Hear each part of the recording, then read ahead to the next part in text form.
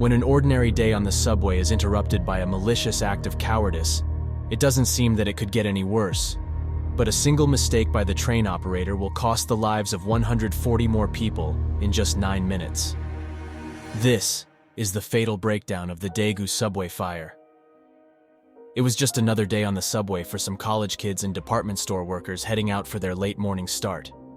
Everyone was involved in their own activities, reading, checking their phones, or taking a nap. So when the car pulled up to the main station, the group was confused at the man standing in front of the door. He had a container of gas and a lighter, and was being confronted by several passengers. It was now 9:53 in the morning. A scuffle ensued, and the gas spilled on the floor of the car, pushing everyone back because of the caustic smell. Then, there was a sudden whoosh. He had somehow ignited his lighter, and the flames were instant. The man was on fire, and he wildly ran off of the subway car. The fire was immediately astonishing. The seats, straps, and even walls were ablaze. The train engineer, Operator Juan, exited the train and grabbed a fire extinguisher from the station. He tried to put out the fire before it got out of control, but the extinguisher was no match for the chemical inferno that was raging in front of him. The thick smoke was overwhelming, and he abandoned this firefighting plan. With the other scrambling passengers, he ran up the stairs to escape this level of the station. Most of the passengers in this car were able to escape the train, but this was just the beginning of a disastrous series of events. Within 2 minutes of the first flame, all 6 subway cars of train 1079 were on fire. The speed with which the fire moved was unreal. The interior of the cars was made of highly flammable and toxic material, which was now a gaseous poison filling the air. Operator Juan escaped with the passengers, but he didn't make the essential call to the control center to report exactly what happened. During this time, the control center could see on the security monitors some smoke coming from the cars, but was not aware that a fire had been intentionally started. They tried to contact the operator to find out what was going on, but couldn't reach him. They decided to send an employee down the 3 floors to see what was going on with train 1079. They contacted the next train pulling into the station to tell the operator of train 1080 to proceed with caution. He continued on to the station as directed, and stopped as he normally would at 9:56 a.m. As soon as he stopped, the doors automatically opened, and black smoke started to fill the cars. He quickly shut them again to protect the passengers from the thick smoke. No one knew it at the time, but this was a grave mistake. Unfortunately, the mistakes would only get worse. Operator Yol called the control center to figure out what to do. He made an announcement to the passengers to stay seated and calm while he got information about what is going on. The passengers could see the smoke and some flames in the car next to theirs. They certainly wanted to get out of the underground subway and up into the fresh air above, but they probably felt some measure of safety by being sealed inside an aluminum car.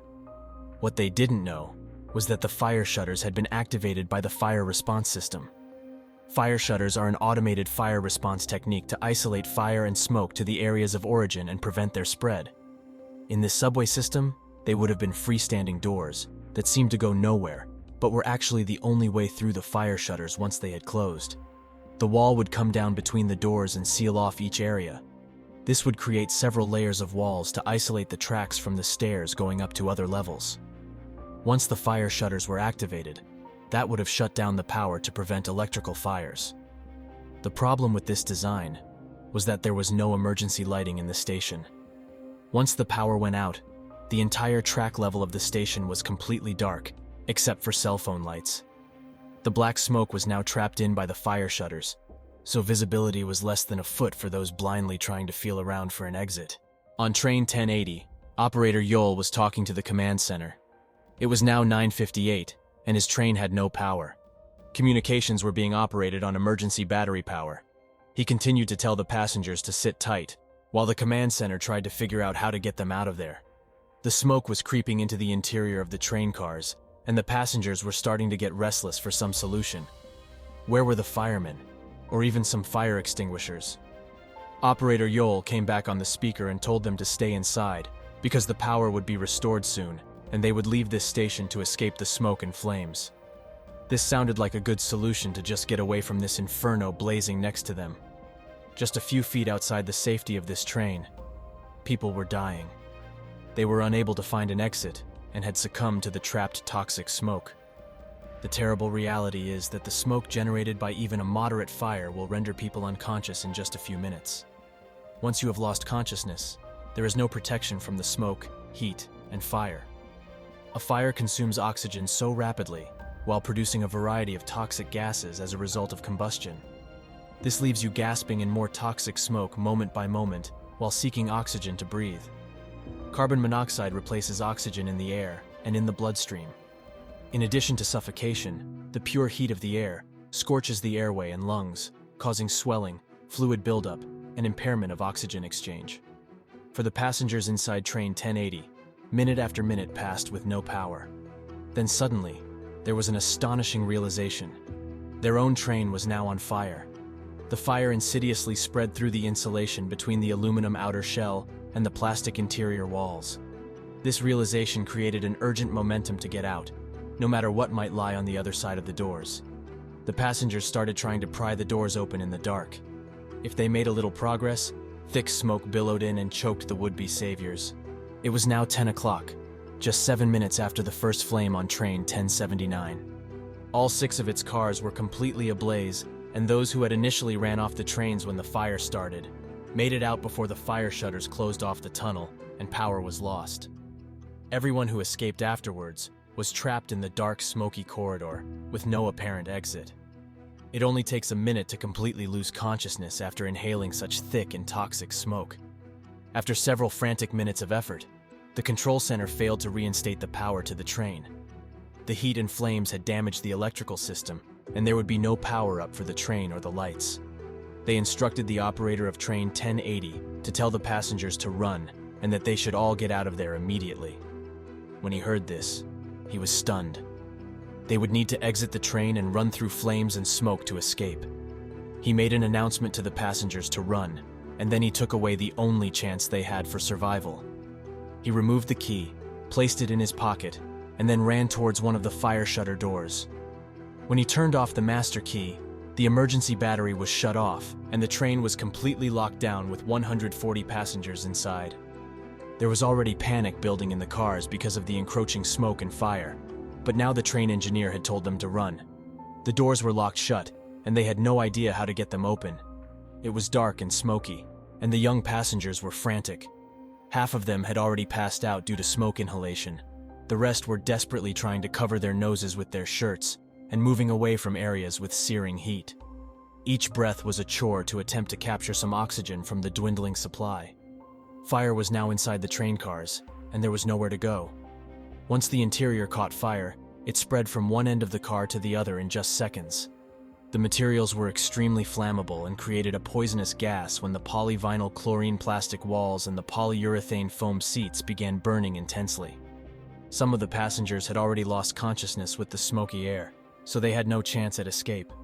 The others were overtaken with the fire in just minutes. Despite the firefighters arriving on scene within a few minutes of the call, they weren't able to put out the fire until almost 1:30 in the afternoon. The toxic smoke was still too dangerous for responders to enter. They finally accessed the train level at 5 o'clock. This fire burned so fast and so hot that there was only a metal shell and bars remaining once they were able to reach the subway cars. The 140 passengers stuck inside were reduced to ash, and another 52 were dead on the platform.